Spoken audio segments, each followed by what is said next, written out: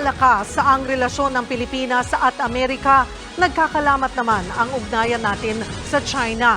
Ang pangamba tuloy ng ilan, baka kinakaibigan lang tayo ng Amerika dahil may tensyon sila ng China. Yan at iba pang issue sa one-on-one interview ni News 5 Chief Lucy Cruz Valdez kay United States Ambassador to the Philippines, Mary Kay Carlson.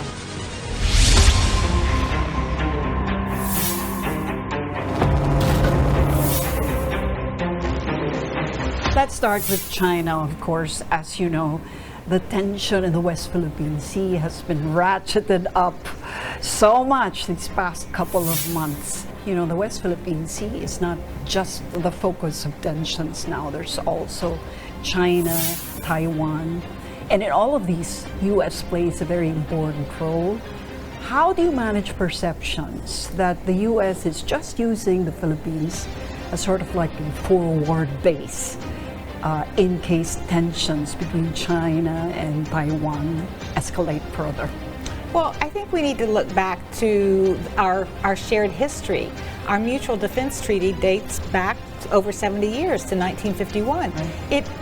When you think about what China was then and what it is now, it's completely different. But that Mutual Defense Treaty has stood the test of time and served both countries well. So I completely reject the notion that somehow current tensions with China are the reason the United States is focused on the Philippines, or the reason that we're here. China is an important trading partner for the United States, just as it is for the Philippines. But aggressive behavior in the West Philippine Sea does not serve to promote our economic prosperity agenda for any of our countries. The sad reality is the aggression continues, and China has been very prickly about the relationship between the U.S. and the Philippines on this matter. What do you think the U.S. can do in order to help the Philippines a little more directly in this matter without looking like it's actually the one, dictating the terms? Well, I think for the U.S. and the Philippines, we need to look at what we've done well, what has worked for us, and focus on our own bilateral relationship, and also forming partnerships and alliances and relationships with other like-minded countries. We can't control Chinese behavior. But what we can do is work together as like-minded countries. And we've seen many countries come out in support of the Philippines. How is the U.S. government now feeling the restoration of, if you will, warmth that the Philippine government is now giving it, especially in view of the fact that the previous administration was very, very resistant to U.S.? Well, you know, there are ups and downs with any given administration in ties between governments.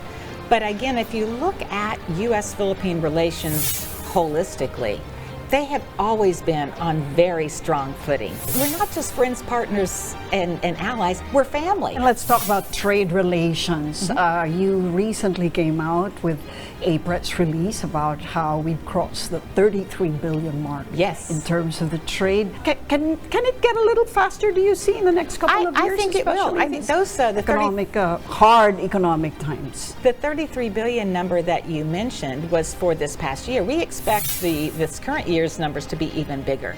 And there's a lot of optimism about the Philippines and about opportunities here. You've got a young, dynamic population, very service-oriented, very keen to work in a culture that promotes equity and diversity and accessibility for all. No, but really, how do American investors look at the Philippines in terms of its potential for growth? Well, you know, American investors look at the Philippines the way they look, I think, at any country. They want transparency and predictability.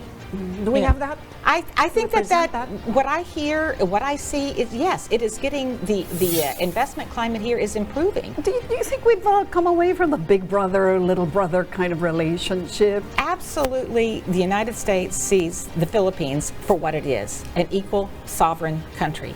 And we need each other.